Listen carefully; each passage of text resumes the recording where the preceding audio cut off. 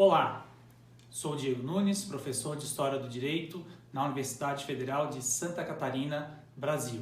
Este vídeo faz parte da série História do Direito Penal em Vídeo, com o objetivo de reunir especialistas do tema para apresentarem breves sínteses a partir de suas pesquisas. Aproveitem!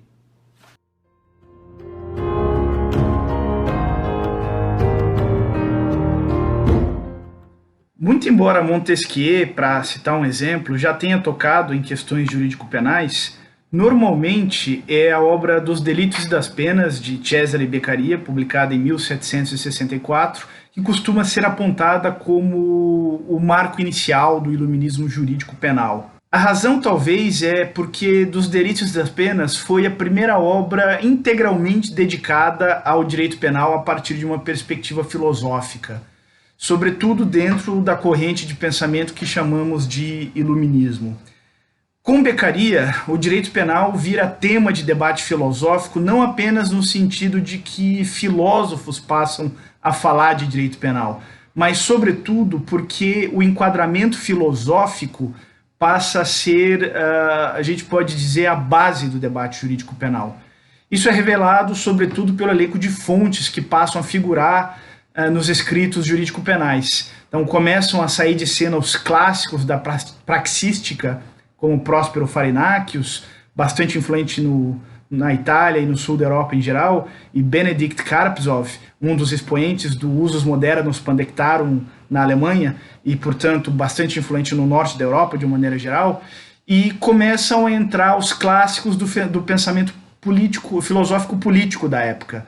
Então, os autores contratualistas, o próprio Montesquieu e vários outros, né? Sendo o principal catalisador desse fenômeno, Beccaria vira meio que celebridade instantânea na Europa. Sua obra é traduzida para o francês e, sendo o francês a língua franca da época, logo é traduzida para diversas outras línguas. Ele é convidado para ir a Paris, onde ele se hospeda na casa de Voltaire.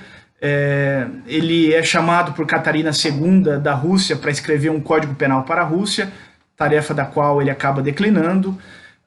O sucesso da abordagem filosófica se deve a uma espécie de percepção generalizada de que o direito penal deveria ser colocado sob revisão desde os seus fundamentos.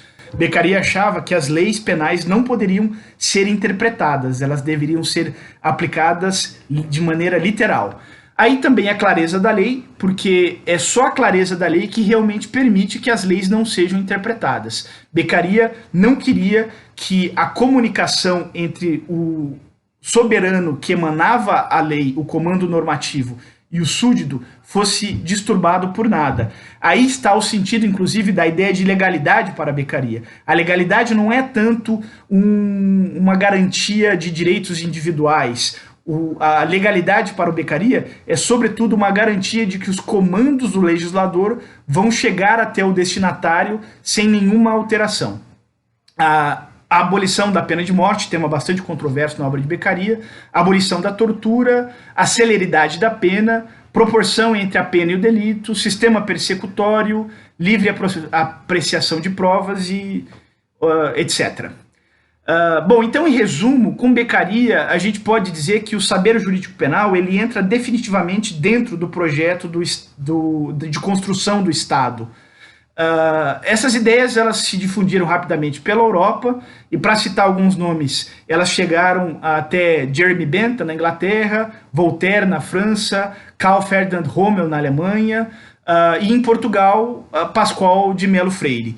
Este último, aproveitando-se da abertura jurídico-cultural propiciada pela Lei da Boa Razão de 1769 e pelos Estatutos da Universidade de Coimbra de 1772, começou a introduzir as novas ideias em suas aulas de direito pátrio na Universidade de Coimbra.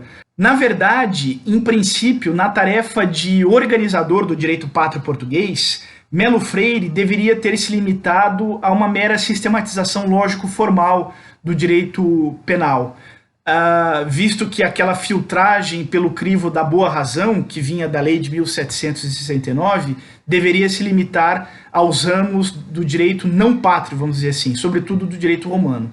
Entretanto, adotando-se um novo paradigma inaugurado por Beccaria, era natural que uma mera reorganização lógica do material jurídico acabasse levando Melo Freire, de boa fé ou não, a promover uma ressistematização funcional do direito penal, no contexto do avanço do absolutismo pombalino, ao qual ele era ligado. E se resta ainda alguma dúvida sobre a agenda teórica de Melo Freire, talvez convém ler também um trechinho onde a principal marca do iluminismo aparece, conforme a gente viu anteriormente. Nesse trecho que a gente vai ler, a humanização do direito penal é tratada por Melo Freire como um meio para atingir um reforço da eficácia do direito penal. Então diz lá Melo Freire: é justa a pena que impede o criminoso de voltar a fazer o mal, e é, pelo contrário, injusta a que for inútil ou cruel. A atrocidade das penas gera a impunidade e a indulgência do delito, que são as coisas mais funestas que há para a saúde pública. Esse trecho se encontra nas instituições de direito criminal português.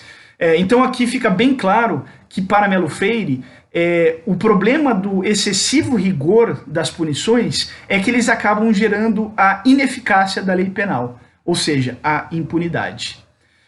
Posteriormente, Melo Freire é chamado para escrever um código penal para o Reino de Portugal, em substituição ao livro 5 das Ordenações Filipinas. E ali ele procuraria, então, transformar estes princípios filosóficos em legislação. Então, no final de 1786, ele entrega à comissão de revisão uma introdução ao projeto que ele estava preparando.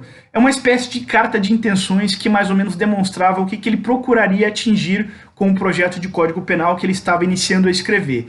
Aqui, Melo Freire critica duramente a irracionalidade do direito penal contido no livro 5 das Ordenações Filipinas e ele, de certa maneira, abandona aquele fingido respeito pelo direito pátrio antigo, porque ele já não era mais necessário, afinal de contas ele tinha sido confiado com a tarefa de escrever um novo Código Penal que ia colocar a velha legislação de lado. Melo Freire, evocando então Beccaria, saúda o deslocamento da discussão sobre o direito penal, ao menos nesse momento de transição, para o nível da filosofia política. E nessa oportunidade, ele expressa também todo o seu desdém pelo saber jurídico penal anterior, personificado sobretudo por Próspero Farinaccius, autor no qual, segundo Melo Freire, para tudo se acha doutrina.